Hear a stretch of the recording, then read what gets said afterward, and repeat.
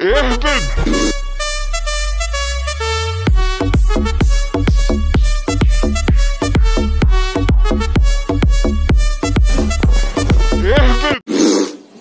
من عندي هذا ولد القحبه اللي راكم تشوفوا فيه. سامحوني يا خالتي، لازم نسبوا اليوم نيك نهبطوا السروال اليوم الكبول هذا.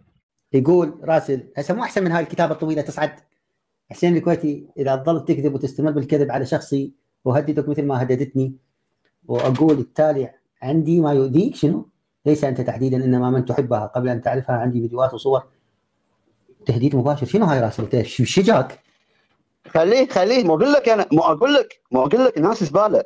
هذا غير تغير هذا راسل. مو اقول لك الناس زباله مو اقول لك ناس زباله.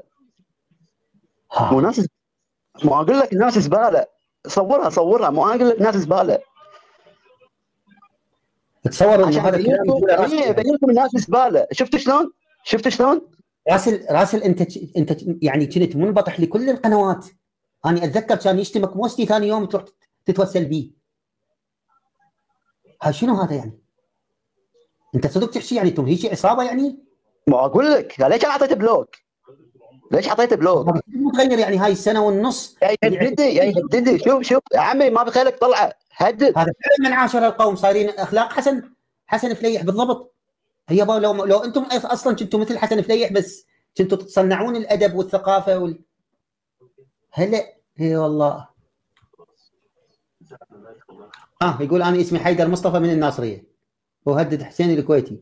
فيك يا ترى من هم ولاد الوسخ؟ مين هم؟ ببساطة هم الولاد اللي امهم وسخة، عشان كده هم ولاد وسخة. يعني ايه وسخة؟ يعني مهملة، خلفتهم ولكن سابتهم من غير ما تربي.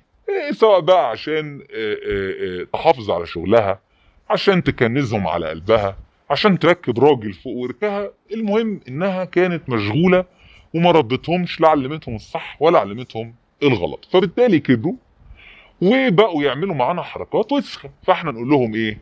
غوروا من هنا يا ولاد الوسخ.